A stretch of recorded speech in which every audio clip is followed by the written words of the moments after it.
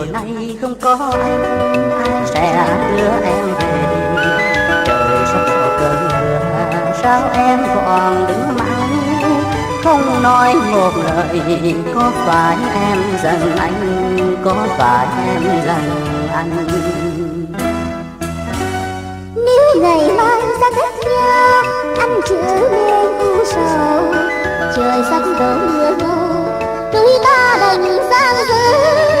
Dẫu biết tình đầu rất dễ chia lìa nhau, em về theo trời mưa. Dẫu biết tình đầu rất dễ chia lìa nhau, em về theo trời mưa. Dẫu biết tình đầu rất dễ chia lìa nhau, em về theo trời mưa.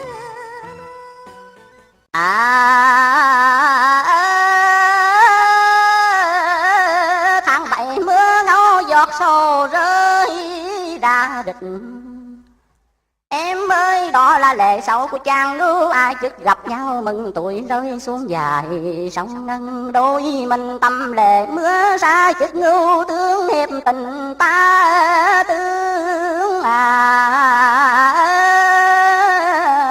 phùng. Trải ngàn thế kỷ tan thương chức nữ ngô lan định rồi trong nhau và kẹn chung tình. Vẫn chờ đợi cầu ô thước trong ngày thất tịch, để được một buổi xuân về sau hàng trăm buổi tương tư. Ơi, chàng ở đâu sống lưng?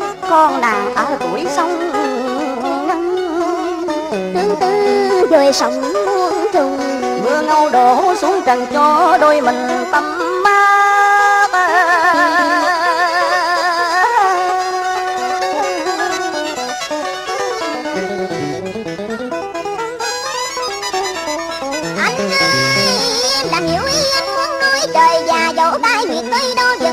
Được tình yêu của Ngưu Lan giết nữ dầu trải bao ngày tháng nhớ thương dời gợi vẫn mong một ngày thất tình gặp nhau khóc lệ như mưa vì đau đớn mừng vui chỉ trong khoảnh khắc tương phùng. Đúng vậy em ơi, mỗi giọt mưa ngâu chứa chan tình ý vô cùng. Tàn nhẫn nhưng trời già vẫn không ngăn cấm được, nếu đôi tim vẫn nguyên vẹn son sắc yêu thương. Dẫu cho ngày mai mình phải chia biệt mấy quan sang, dạng lý xa xôi mà từng trong gian tích. Dẫu cho anh đầu sông tương em bờ cô kiếm sông tương, dối trong chẳng thấy hình vẫn cùng ương như sông tương.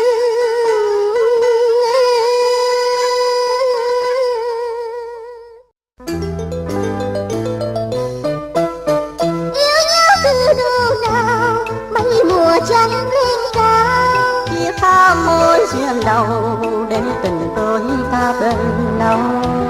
mùa thu lá bay bay thật nhiều, kỷ niệm càng như bấy nhiêu. Nếu tình đôi ta dở dang em hãy xem như là một giấc ngủ chim bao. Đôi ta đành quên hết đôi bông cuộc đời, có lẽ không gặp nhau em về kèo trời mưa mau. Lạnh lắm ơi trời đã gai nở của biển rộng sông sâu nên phải trả mưa sầu rơi tầm ta. Người phải xuất phát trong tim thành những giọt buồn rơi lá chả đắm mưa cuối cô miền để mà trả nợ tình.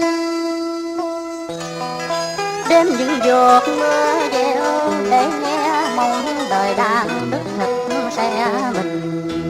Đưa tay gõ mưa cho lạnh lùng tấm tuổi nhớ, cơn sương rét chân buồn làm cho tóc ướt hơi mưa. Phòng vắng một mình giữa trăng chiếu bơ vơ, vàng giọt ánh đèn đường khuya len vào kẻ giấc len lách mình vào gối chăn tránh mưa trốn lạnh. Vàng giọt ánh vàng chung càng làm cho giá lành tâm hồn.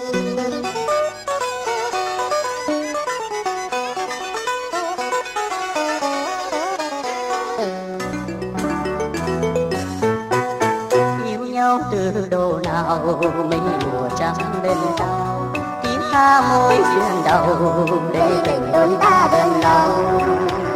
Mùa thu lá bay bay thật nhiều, kỷ niệm càng thương bấy nhiêu.